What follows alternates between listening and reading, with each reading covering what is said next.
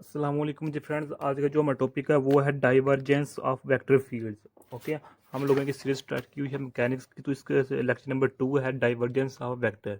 इसको हमने दो पार्ट्स में डिवाइड किया है। फर्स्ट पार्ट में हमने इसके इंट्रोडक्शन के बारे में दो एग्जाम्पल के जरिए समझ लिया था। अब इसका बी पार्ट है डाइवर्जेंस ऑफ वेक्टर फील्ड का सेकंड पार्ट है। इसमें हम इसको एक और एग्जाम्पल के जरिए ब्रीफली से समझने की कोशिश करते हैं। ओके, तो आज स्टार्ट करते हैं। बिस्मिल्लाहिर्रहमानिर्रहीम, सल्लल्लाहु अला मुहम्मद सल्लल्लाहु अलैहि व आलिहि वसल्लम।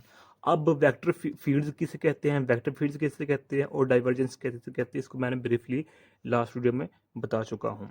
ओके, तो सिंपल अल्फाज में ये कह सकता हूँ कि जो डाइवर्जेंस होता है ये किसी स्पेसिफिक एरिया पर, किसी स्पेसिफिक पॉइंट पर या किसी स्पेसिफिक वॉल्यूम पर या पर यूनिट वॉल्यूम एरिया पर वेक्टर फील्ड लाइंस की डाइवर्जेंस होती है। क्या होती है? डाइवर्जेंस होती है। जिस तरह हमारे पास कन्वेक्स या कनकेव लेंसेज होती है, तो उस केस में जब हमारे पास आती हैं रेज की शुआ आती हैं, तो क्या हो जाती हैं, वो डाइवर्ज हो जाती हैं। ओके, कोई इस तरह, कोई इस तरह, या कोई सीधी स्ट्रेट चली जाती है। तो ये यानी कि मैं ये एग्जांपल दे रहा हूँ, तो वो डाइवर्ज हो जाती है। तो उसी केस को हम इधर अप्लाई करते हैं। जब वेक्टर फील्ड लाइंस किसी स्पेसिफिक एरिया पर डाइवर्ज हो जाते हैं, तो उसको हम डाइवर्जेंस ऑफ वेक्टर फील्ड का नाम देते हैं। ओके हो गया। तो अब हम इधर सपोज करते हैं, हम हमारे पास इधर हमारे पास क्या है, जो हमारे पास हम इधर एक्सिस ले लेते हैं। ओके, तो ये हमारे पास क्या है, ये हमारे पास एक्स एक्सिस है, ये हमारे पास वाई एक्सिस है, और ये हमारे पास क्या है, जी एक्सिस है। तो हमने जिस तरह डेफिनेशन में देखा था, डाइवर्जेंस ऑफ वेक्टर फील्ड किसी स्पेसिफिक एरिया पर होता है, किसी स्पेसिफिक पॉइंट पर या किसी स्पेसिफिक वॉल्यूम पर होता है। तो हम इधर एक पॉइंट लेते हैं, हम ये पॉइंट ले रहे हैं। ओके, हम चाहते हैं कि इस पॉइंट का जो हमारे पास डाइवर्जेंस होगी वेक्टर फील्ड की, वो फाइंड करना चाह रहे हैं, सिर्फ स्पेसिफिक पॉइंट की। मैं वॉल्यूम की बात नहीं कर रहा, ना प्लेन की बात कर रहा हूँ, मैं सिर्फ इस पॉइंट की बात कर रहा हूँ। ओके, तो जिस तरह हम जानते हैं कि डाइवर्जेंस किसी भी स्पेसिफिक पॉइंट पर, किसी स्पेसिफिक प्लेन पर के लिए हम फाइंड कर सकते हैं डाइवर्जेंस।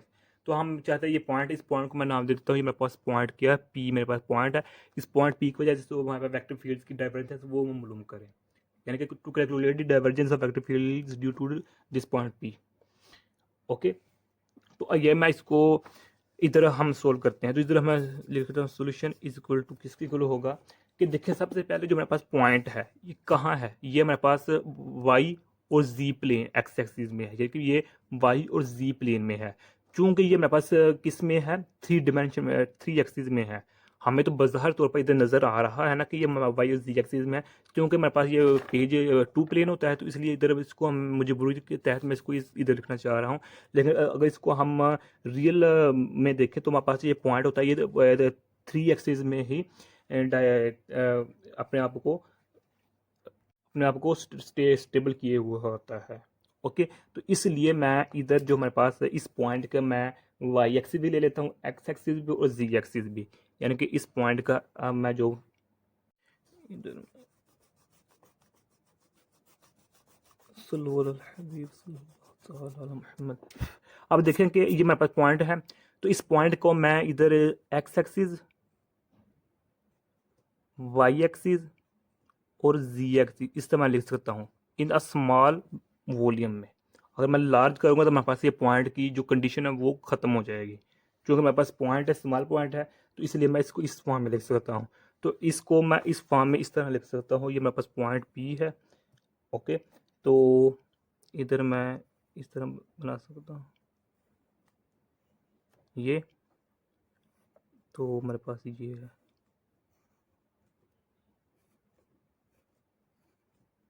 ओके, ये पॉइंट पी है, ये वाला। इस पॉइंट को मैं इस फॉर्म में लिख सकता हूँ, यानी कि इसके मैंने एक्सिस ड्रा कर दिए, एक्स एक्सिस और वाई एक्सिस की फॉर्म में। ओके, अब इसको मैं नाम देता हूँ, ये मेरे पास ए है, बी है पॉइंट, ये मेरे पास सी है और ये डी है। ओके, तो सिमिलरली मैं इधर भी नाम देता हूँ, ई है मेरे पास, ये एफ है, ये मेरे पास जी है और ये मेरे पास क्या है, ये एच है, एच जो भी है। तो अब हमारे पास ये जो वेक्टर फील्ड लाइंस इस तरफ होंगी, यानी कि हमारे पास अगर हमारे पास वेक्टर फील्ड लाइंस है ही नहीं तो हम डाइवर्जेंस किस तरह मालूम करेंगे। ओके, तो हमारे पास सपोज करें हमारे पास जो divergence field vector field lines है वो इस जानिब है, यानी कि ऐसे एंटर हो रही हैं और ऐसे आउट निकल रही हैं। तो हमारे पास हम इस पॉइंट की वजह से डाइवर्जेंस मालूम करना चाह रहे हैं, तो इस पॉइंट को मैंने इस फॉर्म में लिख लिया। तो जब भी वेक्टर फील्ड लाइंस आएंगी, यानी कि इस पहले ए बी सी पार्ट में इंटर होंगी, यानी कि इस पॉइंट में इंटर होंगी, तो फिर ई एफ जी एच पार्ट में से बाहर निकल जाएंगे वेक्टर फील्ड लाइन। तो अब ए बी सी डी, यानी कि A B C D part की वजह से जो हमारे पास डाइवर्जेंस होगी वो क्या होगी? ओके हो गया। इस तरह होंगी कि जब वेक्टर फील्ड लाइंस इसमें पास करेंगे तो हमारे पास इसमें देखें एक जो हमारे पास है, ये हमारे पास ए डी, ये क्या है? जी एक्सिस है हमारे पास, क्या है? जी एक्सिस है। तो जो हमारे पास डी सी है ये किस तरह बिहेव कर रही है? एज अ एक्स एक्सिस के तौर पर हमारे पास क्या है? बिहेव कर रही है। यानी कि मैं बात कर रहा हूँ ए बी सी और डी की। तो ए बी सी डी में हमारे पास तीनों एक्सिस आ जाते हैं। ए बी सी डी में हमारे तीनों एक्सिस, एक्स एक्सिस भी आ जाता है, वाई एक्सिस भी आ जाता है और जी एक्सिस भी आ जाता है। तो जो हमारे पास डाइवर्जेंस होगी एक्स और जी एक्सिस में वो बिल्कुल ज़ीरो होगी, जबकि जो हमारे पास डाइवर्जेंस होगी ड्यू टू वाई एक्सिस वो हमारे पास समथिंग होगी। यानी कि अगर मैं इसको इस तरह कहना चाहूँ कि हमारे पास में देखिए मैं पार्शियल एक्स एक्सिस है with respect to x axis है, तो अंदर हमारे पास क्या है? एक्स भी है प्लस वाई भी है और फंक्शन हमारे पास जी एक्सिस में भी है।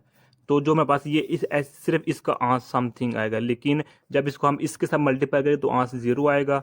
तो इसको जब इसके साथ मल्टीप्लाई आंस जीरो आ जाएगा, क्योंकि ये एक्स डायरेक्शन में है, ये वाई एक्स डायरेक्शन में है, तो आंस जीरो आ जाएगा।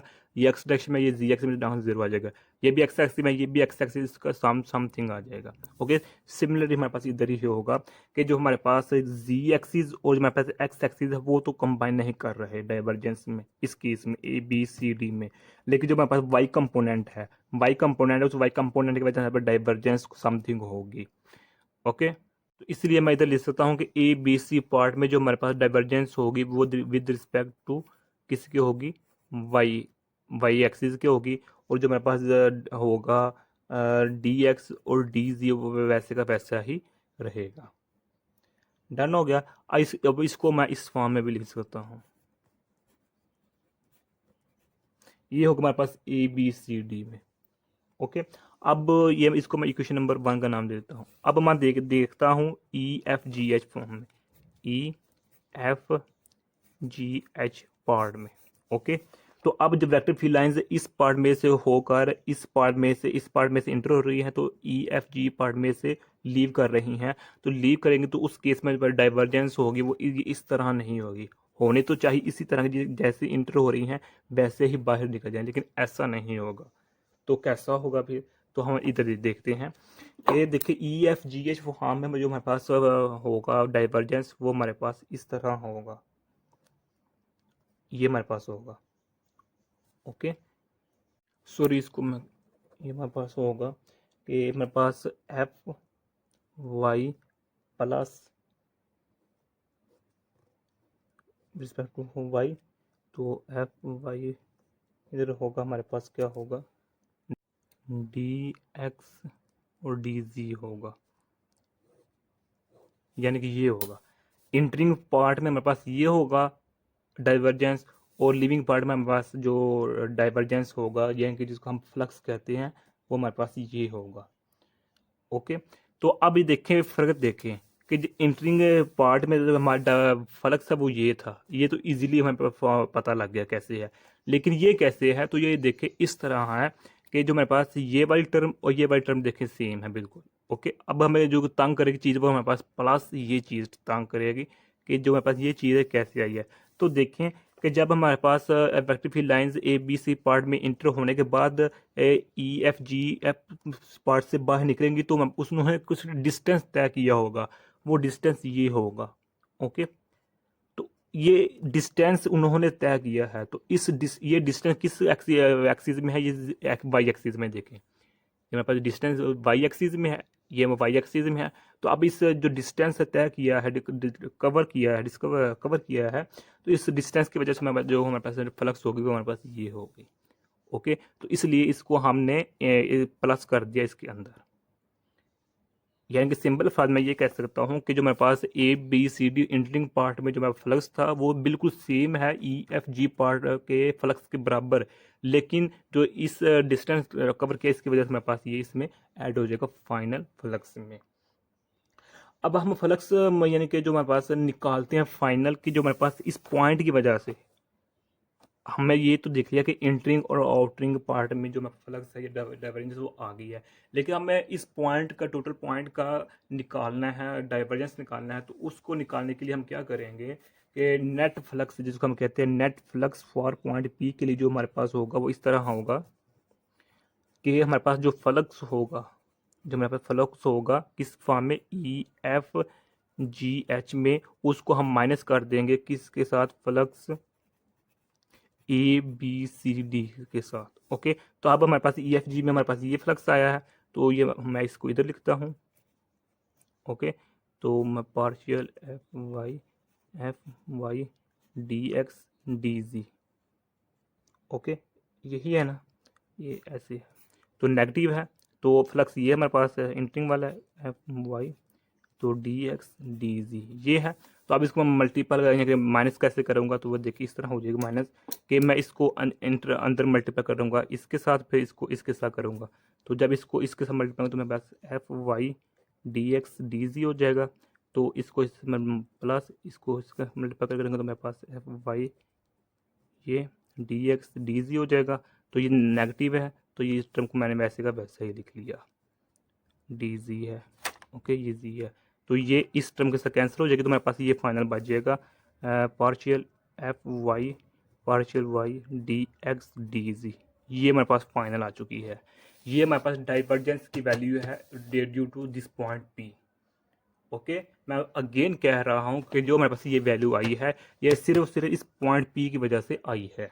अगर हम फाइंड करना चाहें जी एक्स के लिए, एक्स एक्स के लिए, या पूरी वॉल्यूम के लिए, तो उसके लिए हम फिर मज़ीद इस पर वर्क करना पड़ेगा। लेकिन जो मैंने वैल्यू ये निकाली है, सिर्फ पॉइंट पी की वजह से जो हमारे पास फ्लक्स या डाइवर्जेंस की वैल्यू है, या जो फ्लक्स की वैल्यू वो हमारे पास ये आ चुकी है। तो यही हमारा आज का इतना सा टॉपिक था।